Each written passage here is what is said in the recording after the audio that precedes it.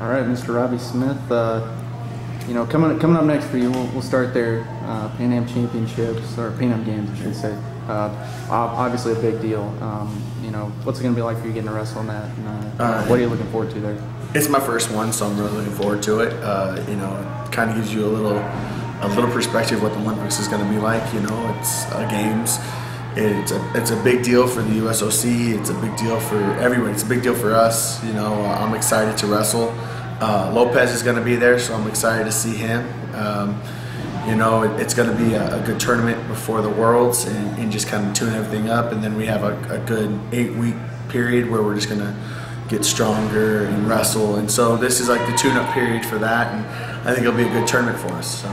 Is it cool for you to get the Olympic feel, I guess, and you're going to have all the country's best guys there? They're going to be their best guys for the most part up and down the lineup. Yeah, it is going to be a kind of instead of the whole shock and awe factor of it, you kind of have a little bit of what it's going to be like. We're not going to be able to do the parade, so but we're going to get in the day after. We're going to see the media. We're going to see the village. We're going to see all that stuff.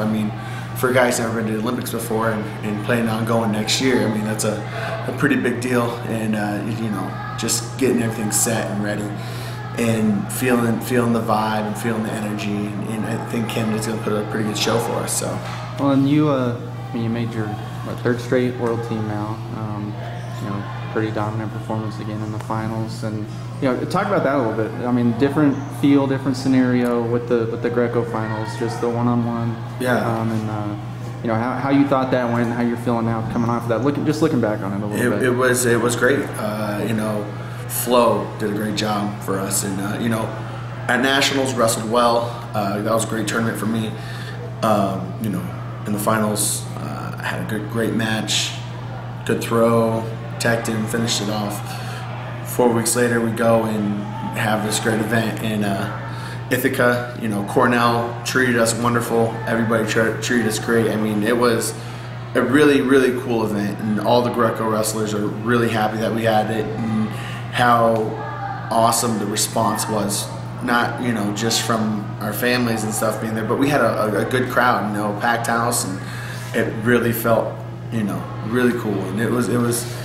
I was happy, to be a part of it, and it was fun. And I wrestled well, I like to finish matches. I like to tech people, and I didn't get a tech, but I wrestled. I dominated the match. So when I went back and watched it, I dominated position. I dominated where I was on the mat, and it was good. I wish I could have got that one more takedown in the turn to finish it off, but it is what it is, and I'm on the team. I got the job done, and I think actually I was a little nervous for it because it was a different feel. It was a dual meet, and it was hyped and it was fun. And but I think I was a little more cautious than I normally am when I'm on the mat, and it was good though. It was fun, and I was just happy to be a part of it. So. Do you like the format? Now that you've been through the whole entire process of selecting the World Team member, you came out on top. But do you like that format, the way it was at the Open, and then just had the 2 out of 3? Honestly, I like the kind of 2 out of 3 right then and there, because for me, I had to work out with my partner, the guy I wrestled in the match every single day. So we wrestled that match I don't know how many times. So I liked the format of how we did it. I thought that was awesome. I think how they put it all together was great. I wouldn't be opposed to doing it again, but there's perks both ways, and the show was awesome. That was great, but honestly, if I would have got done in Vegas, hey, let's go. All right, I would have been fine with that too. Let's split off your back. Yeah, you mentioned Toby, but you have a bunch of young guys coming at you. With Toby and now Coon's in there, and so what's it like being the top dog and having these young guys constantly chasing you, and how do you keep that edge? Just domination every time. You show your dominance on the mat every time you wrestle them. If that's in the practice room or in a tournament, you don't let up. You just keep pushing, and that's what I do, and that's how I try to show.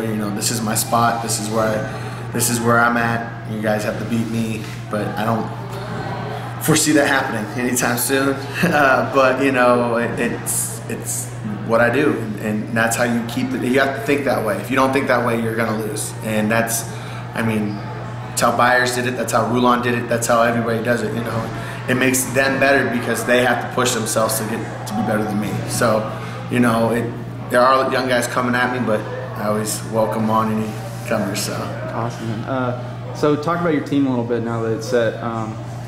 You know, it's pretty much the same team. Yeah, only one difference is at 80 kilos with Pat Martinez, and Pat works his butt off every single day in this room, and he is a great addition to the team. You know, Joe Ryle, love the kid. You know, he had a hard time at nationals, but I mean, Pat, this guy, he works his butt off, and he deserves it. And no, it's going to be a really cool experience for him, and I think he's going to go to win. You know, he has his mind on the prize, and that's to go and wrestle at the Worlds and get a medal. But I mean, our team is pretty much the same other than that, you know, and we have a great group of guys. We're like a family, you know. We all look after each other. We all look after, you know, everybody has everybody else's back, you know. If somebody's having a hard day, we can talk about it. You know, it's not, there's always somebody you can talk to, and everybody looking out for everybody else's well-being. And you know, we have veterans on the, you know, us, my third, it's Spencer's seventh, you know, Harry's seventh, you know, so those guys have been there so many times, you can always go back. Like Pat always has people to come to and ask, hey, what can I do here and there, and figure stuff out. But in the end, it's just, we're a family. We're one unit, we're a team, you know, Sidoris, Mango, Harry, you know, Andy, Jordan, Kaler, all of us are just one big unit, and it's going to be awesome. And I'm excited to be with this team in Vegas and really showing the world that, you know, US isn't, we're coming at you, and this is our hometown. This is how we're going to work, and I'm really excited about it. And I'm excited that we get to go do that in Toronto first, and then take it to the Worlds, and just kind of build that team unity up. We're about to get on a plane tomorrow and go to Northern Michigan and have a team camp up there for a week. So, you know, just being around these guys, it's pretty awesome, and I'm just happy to be on the team with them. So. All right, and so now let's move into something a little more fun. Okay, so there's three guys on the team in particular that have a distinguished piece of hair. Yes. I should say. You have the beard. Yes. Bisick has the stash. Yes. And Holm has the fro. Whatever you want to call that thing. Need shampoo. But okay, so first off, let's talk about your beard. My beard? How do you keep it looking so fresh? You know, it takes work. It's a process. It doesn't just grow like this overnight. You know, I shampoo it, condition it every time I get in the shower. You know, I use Beard Balm. Cabin Mode is the one I'm using right now. It's actually from Colorado. It's an awesome beard balm. They hooked it up, man. So it really keeps my beard looking fresh, full, you know, conditioned, and that look that everybody likes when I go out on the mat. So I mean, do you have like an average growth? I mean, that thing looks bigger than the last time I saw it. So you know, I have it's been on the face for 2 years now. Okay. 3 years now. I started growing it, and then I shaved it off, did a mustache for Movember, and then went right back at it. And I've had it on since I've been dating my girlfriend. Me and my girlfriend had our 3-year anniversary yesterday. So ever since then, I had a beard, and I started just our facial hair at some point in time, and shaved it once and didn't shave it again. And but I trim it. I take, you know, I'll go about 4 months and I'll trim it. This has been about 6 months since my last trim. So it's probably about, from the last time I trimmed it, I want to say about 2.5 inches longer. So it's delightful, you know, it's my baby. I love it, and you know, I just keep grooming it and, you know, letting it go. Will we ever see you shave it off? I mean, is there a point in time where you're going to say... Now that goes back to my girlfriend. Okay. She told me she'll dump me if I ever shave off my beard. So she wants me to, you know, have this for the rest of my life. Which, you know, one day I might just say, hey, let's shave it off and grow another one, or not shave it off completely, but trim it. You know, I like it. I don't know if I will ever shave it off. I might trim it again. I probably will have to trim it again as soon as it probably hits right around this area, you know.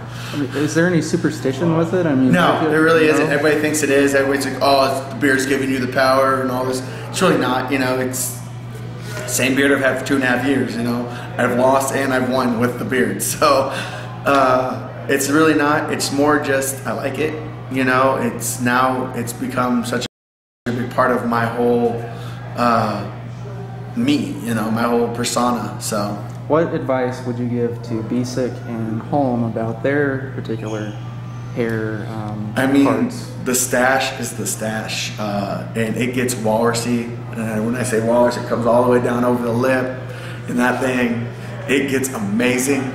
And then he trims it, but you know, it still looks good, but then it just goes right back to it. That thing, that has a life of its own. I mean, I'm pretty sure it's alive, and there's things in it that I'm scared of. That does give him power, though. But that does give him power. Okay. I don't know if he gets hungry in the middle of his matches. He can pick stuff out of it and eat, so it gets a little more energy, so he can last a little longer in the match. I mean, but there's something in that thing that helps him. That is just amazing. He might say differently, but you know. Oh, I'm gonna ask him. So. But I swear, that thing's just glorious. I mean, when it's all walrused out and just a massive stash on his face, yeah. I think it's better than Momir Pekovic, and that's a bold statement to say, but I'm gonna say it on camera that it's better than Momir Pekovic. But when he shaves it, it just goes back to being the weaker of the two. So, yeah. You know, and then with Jordan, that thing, I mean, he does his routine, he does his hair conditioner and all that stuff. He just keeps it going, you know, and I like it. I mean, if he ever shaved it, I'd be very disappointed. I'd probably slap him. And, you know, it's him. He's the fro. So best between the three of you, I mean, of course it's me. I mean, what do you want me to, you think I'm going to give it to them? No. I mean, I talked up the stash, but please, come on now. Okay. This is pretty glorious right here. Okay, Fred, do we have like a nickname, or can we like, you know, phrase you guys as something with the hair and the stash? And I've been thinking this, I can't figure it out. I didn't know if you had something. The three of us? Yeah. The three hairy amigos? I don't know. Okay. I mean, if you want that. All right, man. Well, I mean, just last thing, I guess. Between the three of you and the other 5 guys on the team, pretty cool group of guys, yeah. Different group of guys. You know, what does this team mean to you, and what does this team, what can it accomplish? I think we can accomplish some great things. You know, like I said, we have a great team bond, and we've been overseas together many times with the world championships or just traveling, and everybody collects. And you know, it's a band of brothers, and that's what, not just this team, but it's all through Greco. We all, if you're a Greco-Roman wrestler and you're part of this team, and you know, it's a band of brothers. Everybody has everybody's back. Everybody, you know, really cares about everybody else. And you know, yeah, we compete against each other, but at the end of the day, you know, we're Greco, and we have this, not just fight in the world for our own, you know, to get medals and stuff like that, but we have to fight for our sport in this country, and we all know that. And we bring you in, you're part of this team. If you want to wrestle Greco, you always are welcome in our family.